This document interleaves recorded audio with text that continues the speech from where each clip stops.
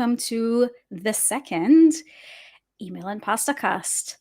I don't know if you are joining me from LinkedIn or YouTube. Let me just check actually to see what's happening on YouTube. I think that on LinkedIn I'm okay. Um, but as always, I'm expecting a bunch of technical difficulties because that's just the way it is. But yeah, let's crack on. Let's see what is happening on LinkedIn, whether it seems like I'm live or not. I am live on LinkedIn. If you are here, please do share in the comments where do you join from location wise in the world, and then also what have you had for either dinner or lunch or breakfast. I'm in the UK. I'm in London at the moment. I'll be here until the end of the month, and this is my dinner, so you know. Let me see if I can switch around some things.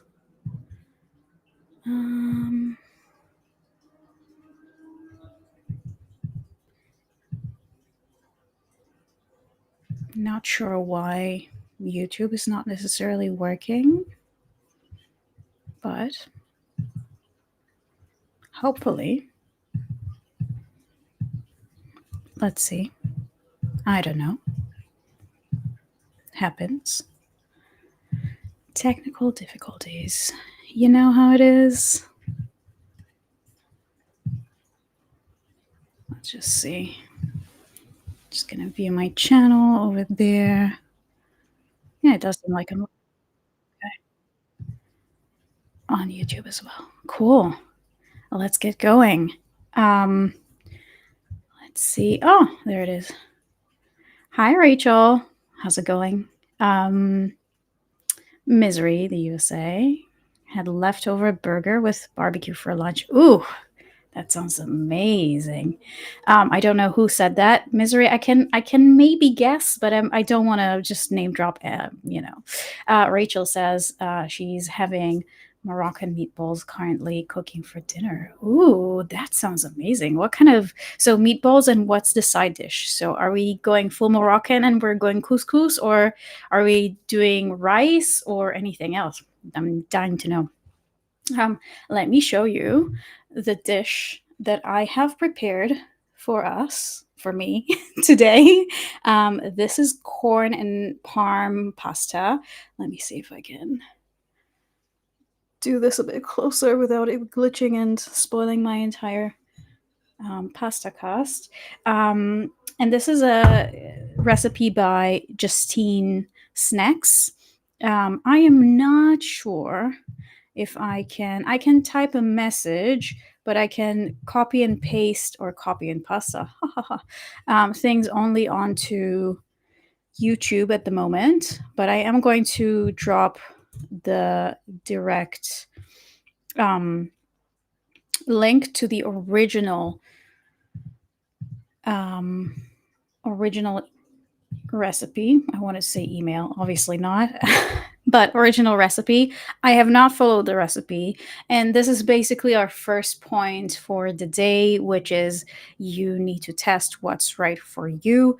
The original recipe actually has so the prep for this one. Let's dive right in, right? While I'm tossing my pasta, and I don't know, this is like the ASMR part of the pasta cast of me just basically tossing and turning the pasta, and you can maybe hear, if my mic can pick this up, how lush this pasta is, really truly. And the prep, this is what I like about this pasta. It is so damn easy to prepare and make. It's bonkers. And this is what I'm all about, life is complicated and tough enough. You do want to have just a very simple, very comforting yeah, pasta to finish your day with. So cheers. Let's dig right in, and then I'll tell you all about the original recipe. Hi, Yash. Yes, I can see your comment, and I can see your name, which is amazing. So, Yash, what are you having? What have you had for dinner? Because it's very late over there. What have you had for dinner? And is it worth sharing? So I'm going to share the recipe, the original version versus what I did in a second, but let's dig right in.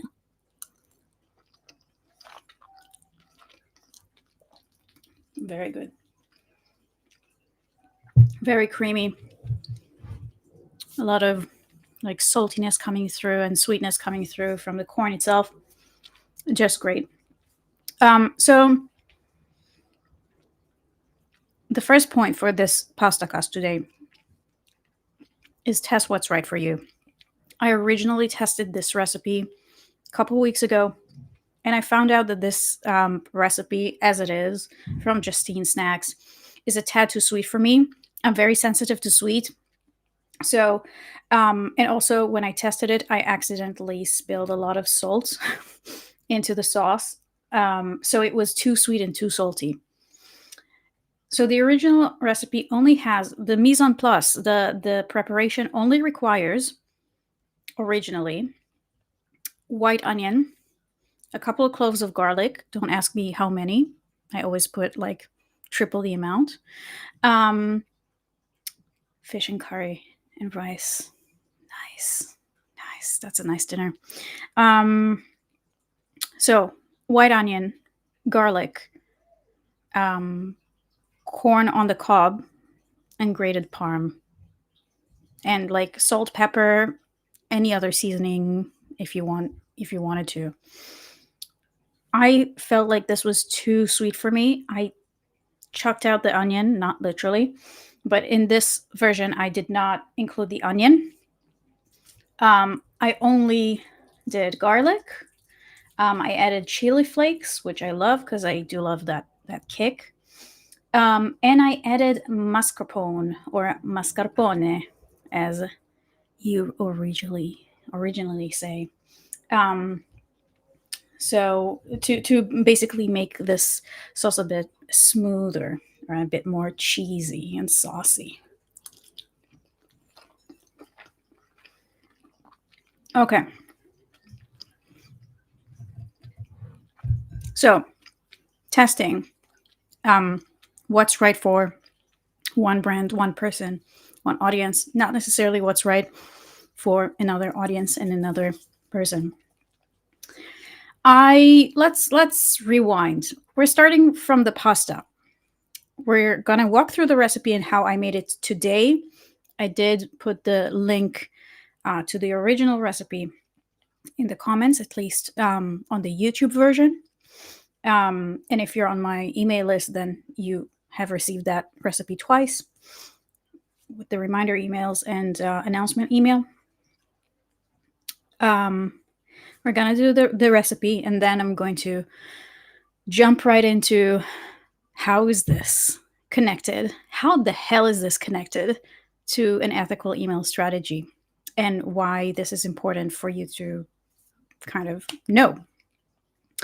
Um, one thing that I really, really loved about this recipe is the fact that it's not only vegetarian. And if you're new here, I'm just going to point out that Email and Pastacast is going to mainly focus on vegetarian recipes because I grew up almost pescatarian. I grew up in a family that adores vegetables.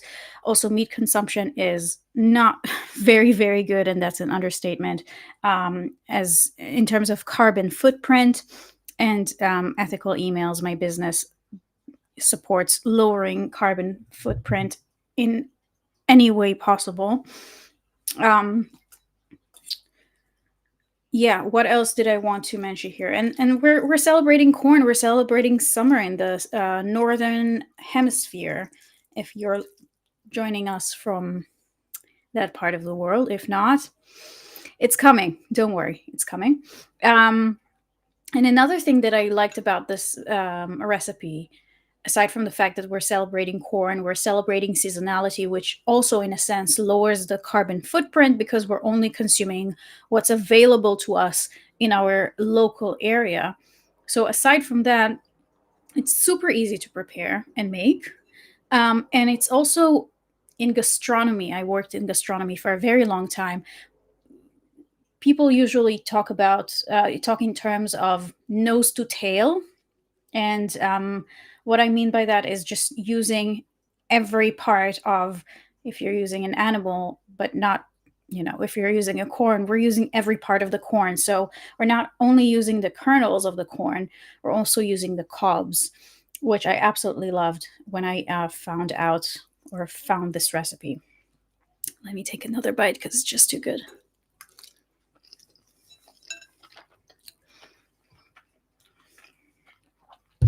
And this time, I didn't kill myself with the chili flakes, so it's just a tiny bit. So on the previous pasta cast, put too much chili flakes, and it was almost my end live. So that was very funny. Um, right. So how I made this version of this pasta, all I had to prepare is chop a couple of cloves of garlic, strip down the corn cobs from, like, separate them with a knife, um, kernels and cobs, and then don't throw away the cobs. Put them in a pot and cover them with water and let them boil. Let this water boil. What we're trying to create here is, how did Justine call it? I think corn broth, which I love. We're going to use this broth in two ways, both to smoothen our pasta sauce and also to cook our pasta in. So you get corn from every angle. That's really a total celebration of corn. So in a pan, we're sauteing garlic, low heat. We don't want it to burn, because then the garlic becomes really, really, what is it, bitter? Yeah, it becomes bitter. Not very fun in terms of texture and taste. And then we put in the kernels, again, still low heat, um, corn kernels into the pan. We add a bit of chili flakes if you want a bit of a kick. I certainly do. And a little bit of salt, a little bit of pepper, and you let that corn soften up. If you're using fresh corn, it doesn't it's not going to take a long time for it to soften up, but we do want to keep it on low heat so then the corn doesn't get colored in any kind of, like, we want to keep it very, very yellow. We don't want it to become to go into a different color. This is a very complicated segment to describe without sounding incredibly terrible. Right. Then when the corn is soft, and taste that, whatever is in your pan. It's not a sauce yet, but taste that mixture before you blend it. We will need a blender. We want to make sure that the taste is right and is to your liking, so we can fix that. And then we take a hand mixer, immersion blender, however you call it, and you blend it in the pan, or take it out and blend it in a tall container. I added a good, like, glug of mascarpone, which made things smoother. I think that I accidentally maybe have bought the sweet version of a mascarpone, which wasn't great. So I did add a little bit of water, like the corn broth. Remember the corn broth? We're adding the corn broth ladle by ladle, and we go with the immersion blender, and we see if that's the consistency that we want. And that corn broth has a bit of salt in it as well. I forgot mentioning that. We're pre-salting it so that the broth would be also ready for our pasta. And we blend it together. We get it back to the pan if you took it out like me. And you gradually and slowly start spreading the grated Parmesan on top, little by little. Okay.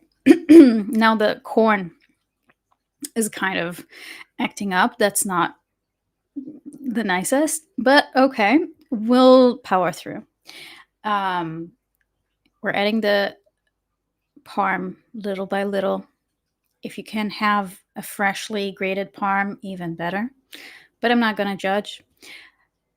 At this point, you want to make sure that the corn broth is boiling. You take out the corn cobs, you put in the pasta, and you cook it for the duration it needs to cook. I specifically went with something along the lines of the original suggestion of Justine. I think she used linguine. I'm using spaghetti. Um, I wanted to say full corn because I lived in Berlin for 7 years, and this is basically how my brain is now thinking about certain types of food still, even though I haven't been there in a year and a half. So full wheat or whole wheat, sorry, because I do eat a lot of pasta. It's not only a part of my brand, it's truly something that I love. And if I'm eating a lot of pasta, I might as well just get some fiber in the process.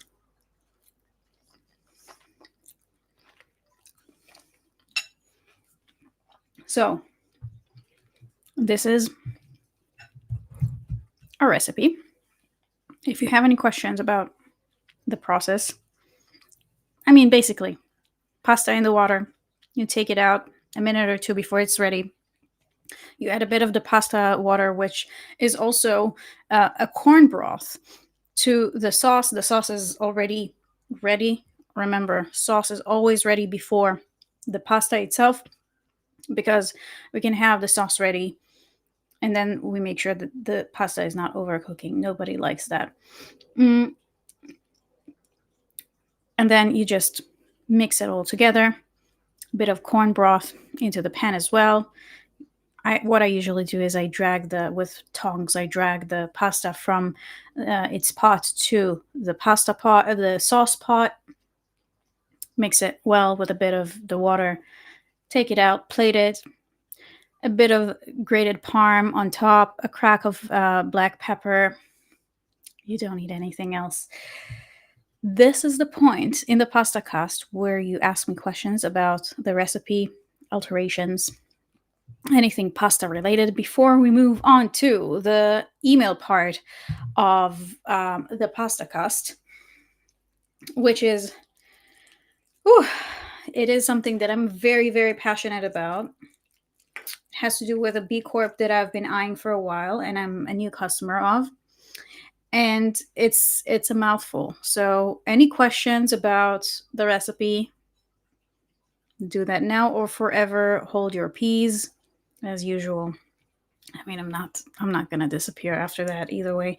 But drop them now. I'm just gonna have a few bites, let you maybe type a few comments. There's also a delay between us, between my streaming service and whichever platform. So I'm just gonna give you a few seconds and I'm gonna eat a little bit.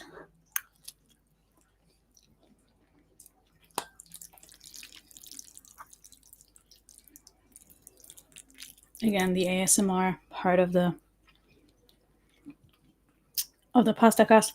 Also, I wanted to mention a few people mentioned or guessed that this might have been a variation on carbonara, which I love, and it may make an entrance to the upcoming Pastacast. But it's not a carbonara. However, you do want that sauce to be as yellow as this one, maybe with a looser consistency. But also, I made this a few minutes before.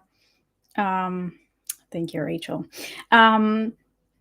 So yeah, I made it a few minutes before I went live. So basically, it did get cold a little bit and has been sitting here for half hour.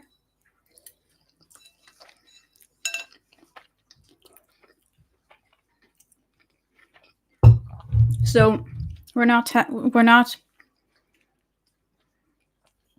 what's the word that I want to use here? My goodness. We're not judging a pasta sauce's ability to cool down, just like we don't judge fish ability to fly. So let's move on to our drumroll, our very exciting part of the Pastacast, which is the post delivery and post purchase and post delivery email sequence that I got from Salt. Salt is a menstrual cup company that is originally from the US. They also ship to the UK and a few other places. When I discovered the new study about tampons and how they found all kinds of remnants of toxins in tampons, and it's a very big study, first of its kind a few weeks ago, I just said, I gotta go back and get myself a menstrual cup. I found a few menstrual cups companies that are B Corp certified. I chose this one because this was the first one that showed up. And if you watched my unboxing video, you will see that there are so many good nuggets of inspiration inside this packaging. A lot of things that could have been an email, a lot of pamphlets that they designed, a lot of really good sources of information, both about their impact and how whoever is using this menstrual cup could use this product. Unfortunately, this is not the case. So let me share with you. Let me share my screen. 1 second.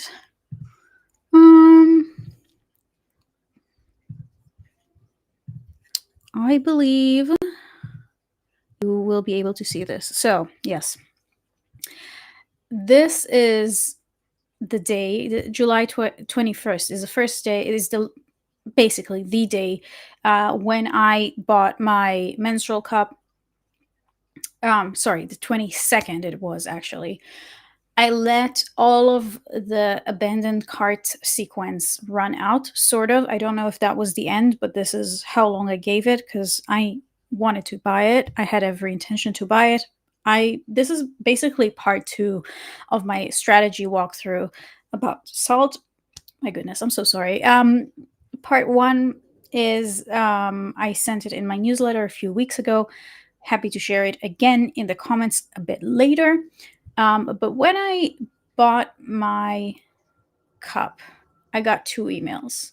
And you see, I'm trying to scroll up, and this is the last email that I'm seeing here. So I bought it at around 9 a.m. And the email that I got is thank you from Planet Earth. And this is the email. I'll give you a quick second to read it. Order summary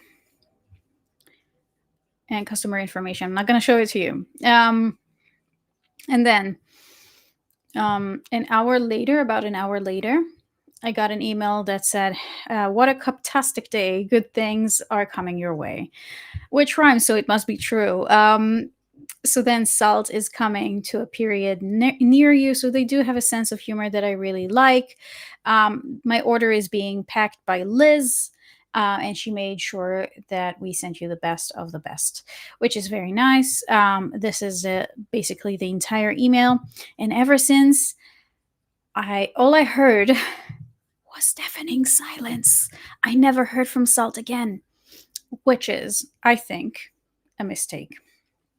Let's talk about the post-purchase and post-delivery sequence and why these are so important if you are selling anything online, but especially if you are a purpose driven, impact driving brand like Salt. So first of all, what we know according to the research, the consumer behavior research, is that when people are buying a new product, especially for the first time, two emotions are rising up and they are at their peak level. Emotion one is excitement. Emotion two is being incredibly terrified of whether or not they made the right choice. We call that consumer remorse. So, what we want to do with a post purchase sequence is to nurture that excitement and lower the consumer remorse potential, basically, and make sure that people are not going to cancel their order with us as a brand before it's actually in their hands, which is all that we want to do as an e-com brand out there. Um, and then the other thing, and I'm reading here from my notes because I wrote a ton of notes about this. What we want to use this sequence for is to manage expectations and keep consumers in the loop in terms of the logistics and make them feel really comfortable and happy with their purchase. We also, from a brand perspective, want to increase the average order value. So that means selling more products to our subscribers without it feeling like too much of a stretch. And we want to personalize this journey for first time consumers versus repeat consumers. So I'm also going to cover here the first time consumer. And we also want to keep in mind that this is the moment that the consideration phase begins. Let me explain what that means. When someone buys a product, it takes a few days up until the product is in their hands. And then, usually, not with this specific product, because obviously, once you use it, you cannot, return it. But usually, you have about a 30-day window to to use it, return it, maybe get in touch with customer service, etc.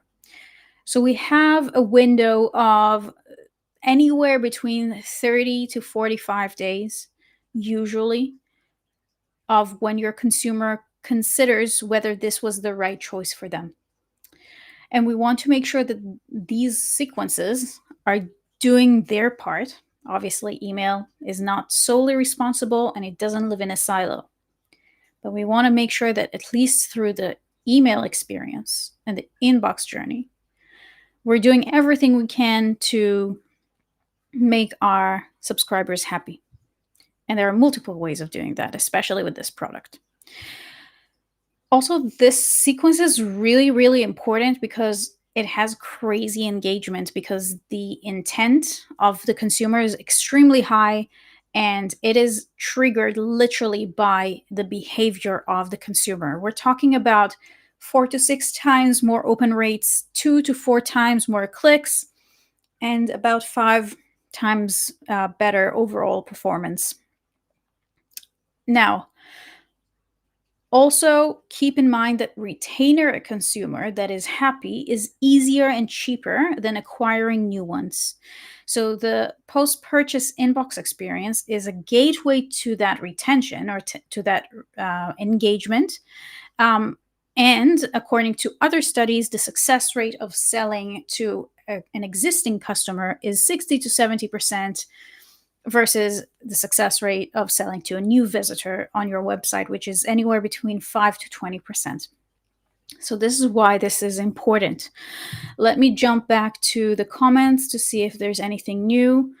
Not yet. Yash, I saw your question. I'm going to answer that at the end. So, as you've seen, I only got 2 emails, both on the same day of the purchase. Now, this is Salt UK. I don't know if this is the same situation all over the world. This is only what I have experienced while I'm here and from the store that I bought. Um, Now, these sequences could be one, could be two. They could be both audience centric, which is what I'm totally for, and they can also be brand centric in the sense of increasing average order value and selling more of your products and creating more impact in the world. Something that I really, really love about Salt is the fact that for every period care product that they're selling, they're also donating one to a woman in need in a developing country, which I thought is an incredible mission. So, let's take this experience and looking at notes from two different sources. I'm going to walk you through an email strategy that I developed as a sample for Salt UK of their post purchase and post delivery sequence. And we're going to turn these two emails into 8 emails. And this is just based on what I experienced as a consumer and as an ethical email strategist for ecom, B Corps, and 1% for the planet. I don't know anything about the behind the scenes, the performance of their emails, which usually is what I do when I start working with a new customer or a client. I do an audit, and it's very, very detailed and very thorough. So this is not based on data that I've gathered, but just my experience as both a consumer and, again, an ethical email consultant. What I would have done differently. Let's start with something that is not even a part of the emails themselves. We're still talking about the post-purchase on-site page. One thing that they could do is put a very quick quiz, 1 to 3 questions that are zero party data, so data that we want to get from our subscribers, clients, willingly and with consent.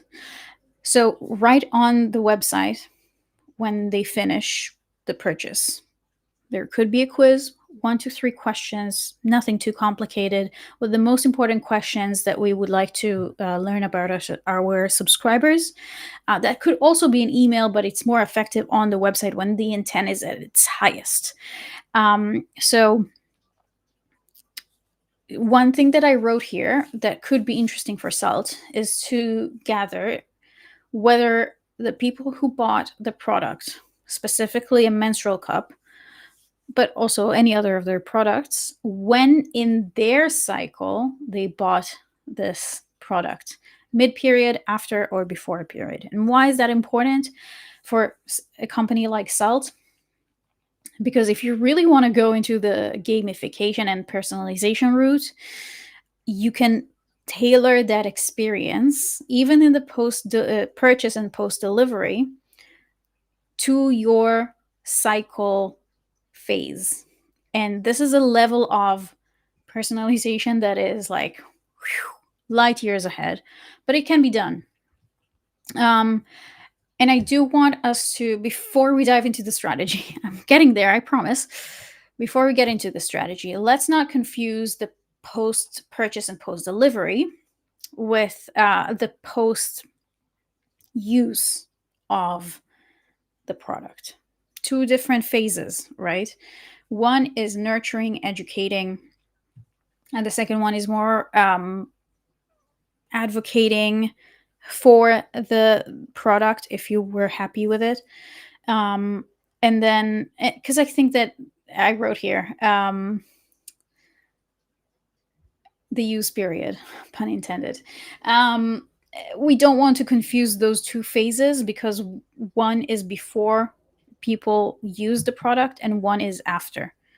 And we don't want our subscribers to get emails like refer a friend or give us a review before they even had the chance to use the product, which is why I asked in the like a few minutes ago, in which part of your cycle have you bought this product? Because then we can send them maybe those emails a bit faster. Now, the post-purchase phase is paced by um, the life cycle of the product.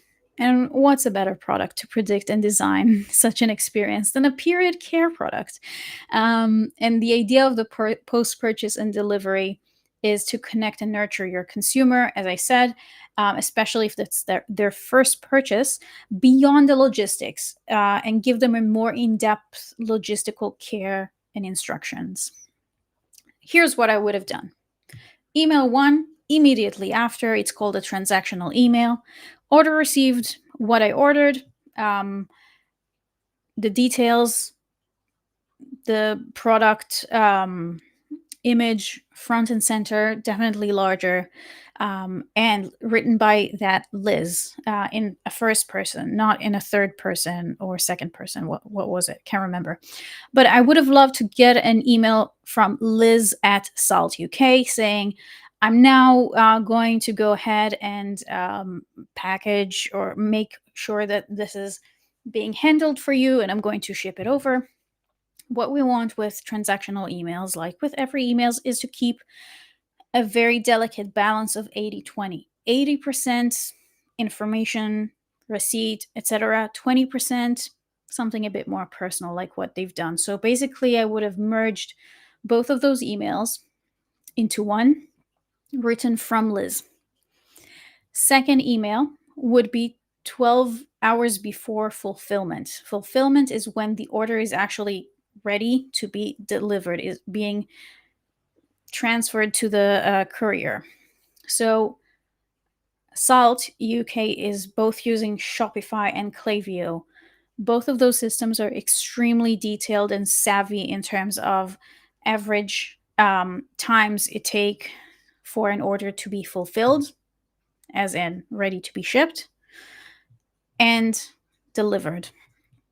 So if we have those times, let's make sure that we're using that window to also be brand centric for a split second, and say that if we know that their average fulfillment time, the prep in the warehouse before it's being shipped away, takes less than 1 day, let's take a few steps back and send an cross sell email, same day, about 1 to 6 hours apart from the first email, with other products, or here's a bundle that you may consider, or here's a first time purchase exclusive products that you may love and go really, really well with your original purchase.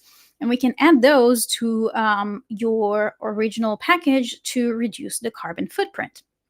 Less shipments, less, materials to make sure that this is being shipped. And obviously, that would be based on previous purchases that other consumers who bought similar products have bought. Now, if I were in Salt's shoes, I would say you got a menstrual cup, but sometimes you just don't want to use one. Maybe also get a pair of our period underwear for days that you don't feel like using it. To me, it makes perfect sense both from a brand perspective and a consumer perspective. And this is how you increase average order value. Let me just check the comments. Nothing new. That's okay. So once the order is handed over to the courier, I want them, and it's very automatic, a few clicks and it's fully automated. Order is now on the way to you. Track it here, etc. When the order was fulfilled, in my case, I only got an email from Royal Mail, which is one of the couriers here in the UK, about a shipment from Storeship Ltd. I got no indication from Salt about this, and I honestly initially thought it was a scam. So this is, again, a very, very simple email, could and is automated in many, many cases, and keeps consumers in the loop.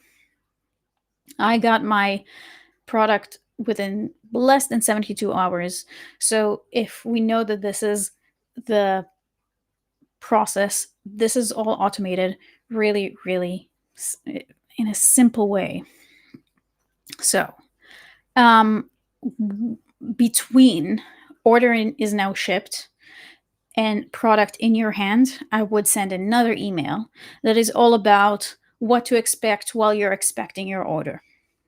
So maybe objections that some previous consumers have mentioned before, addressing them, where we want to again increase customer satisfaction, reduce the consumer remorse, and it can be personalized based on the quiz. So if you remember in part one, their quiz, which I took, asked me if I've ever used a menstrual cup before, and the answer is yes.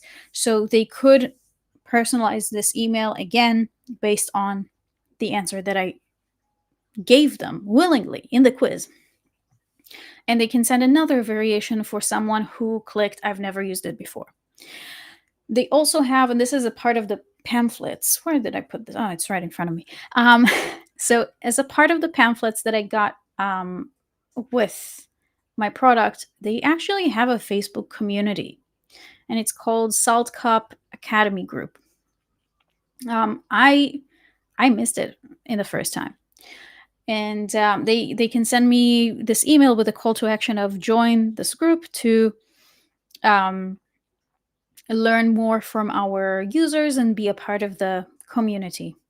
Amazing. Could be such a powerful tool for Salt to already hook inbox fans into the brand even more. Now, on the day that the order is arriving and is planned to arrive, and it again, it's all automated, everything is, a few clicks, and everything, all of the systems are talking already to one another, and Salt UK has all of the systems in store. I would have loved to get an email saying your order is about to arrive today, here's how to use the product for the first time. In Salt's case, I need to boil the menstrual cup before using it for a few minutes. And I knew that, but still. And this is a part of, again, one of the pamphlets, which I don't know if everyone is reading. So, a how to of building consumers' confidence of using the product. So, okay, that's an email that I never got. And just to give you an example how this could be automated, well, I recently also bought a pair of sandals, and on the same day that I was about to get my sandals, I got an email from the brand saying, "This is how to adjust the straps to your liking, to your comfort." With our sandals, because I'm sure this is one of their most common objections. And they just addressed it very simply in an email that was automated because they knew that the shipment is about to arrive. Okay, so now the product is in my hand. One day after the delivery, I would have loved to get an email about tips, troubleshooting, cleaning, storing, precautions. Again, repurposed from one of the pamphlets that they worked so hard on. So, this is how to number three to build consumers' confidence of using the product, sometimes for the first time ever. And then one day after that, we're in email seven, make consumers feel good about their purchase.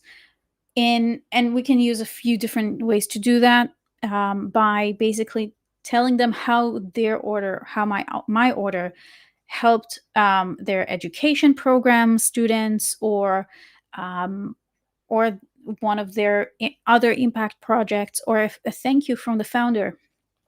Um, so an email that is centered around the impact that the individual who just purchased their product uh, could read and identify with, and resonate with.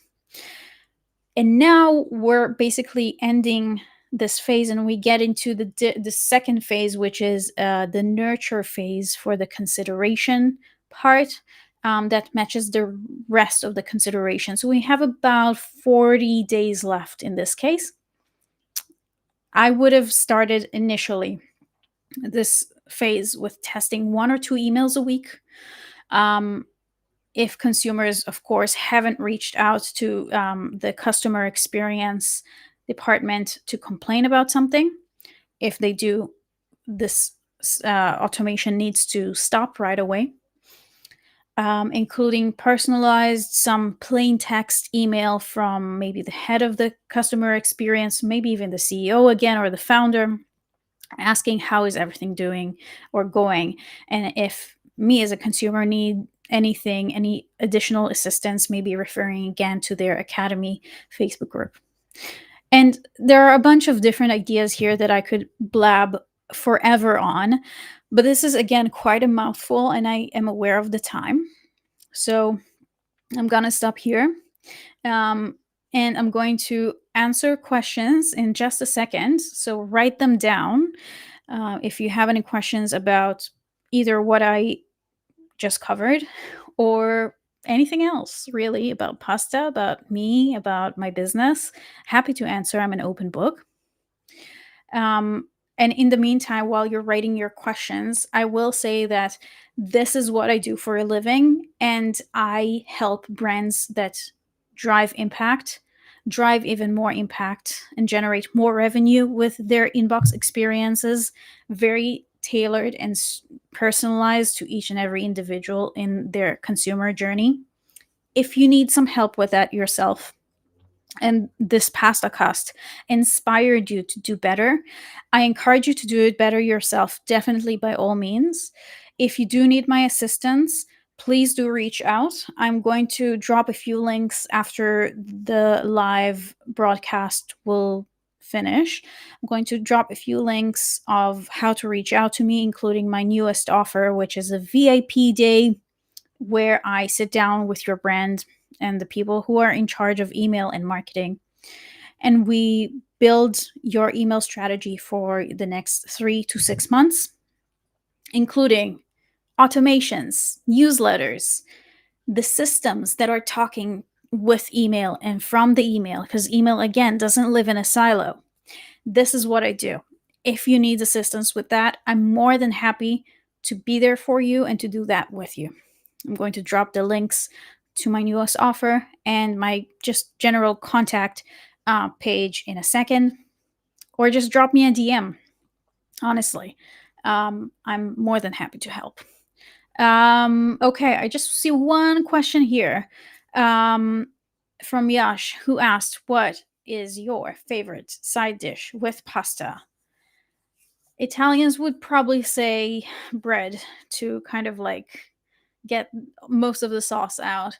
Honestly, I think, I don't need a side dish with pasta. To me, like pasta is the whole thing. And usually, because I eat pasta mostly with vegetarian sauces, then I get my dose of veg and I get my fiber and my carbs.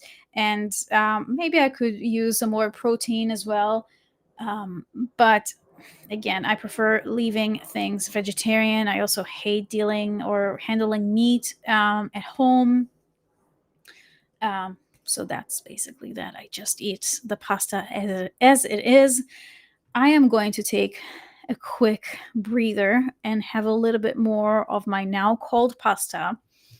Let's, write me a comment about what you thought of today's pasta cast if you're still around, or ask me anything. Let's just say on for 2 more minutes.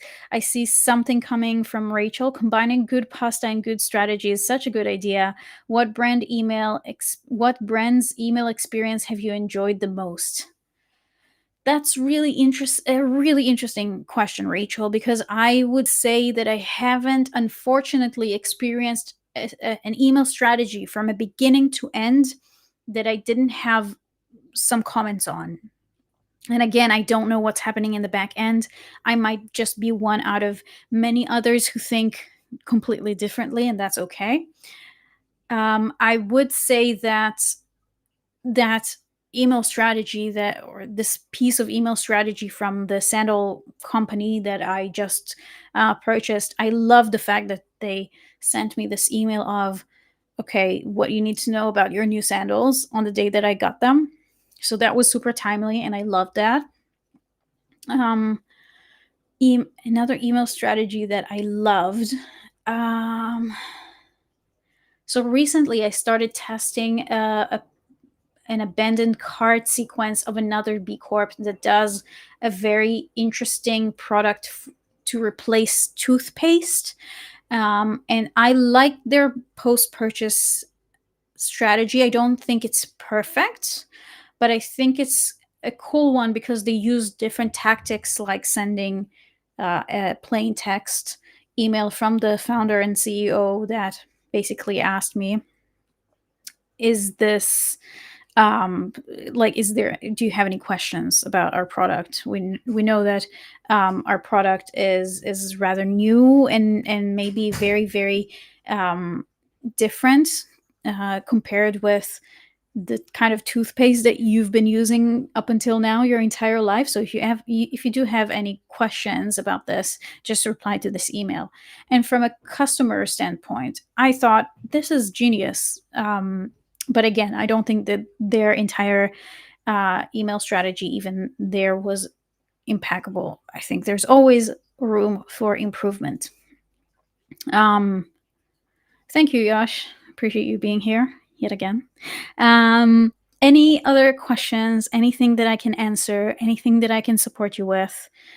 Drop it in the comments now. And yeah, the next Pastacast is already brewing, and this is a very big hint. So the next Pastacast is brewing. It's going to be at the beginning of September, I believe. Um, One last thing, while maybe some of you leave some last comments and questions. I'm doing this now because a post purchase and post delivery sequence is extremely, extremely important for your brand to have as a strategy and as an automation already set up, tested, and ready to go always. But especially that's the time to do that now, because if you're considering buying anything or running any promotions on Black Friday, holiday season, etc., you need those sequences because you're going to have a lot on your hands. And you want to make sure that at least that part, you know it, and it's working, and it's perfect, and it's tested, and it's behind you. So it's one less worry. So it's time to really, really take care of it now. If you need some help with that, I'm here for you. But yeah, get it together. I believe in you. I'm rooting for you. And thank you, Rachel, for being here as well. And yeah, I'll see you again in the next Pastacast in early September. Live long and Pastacast.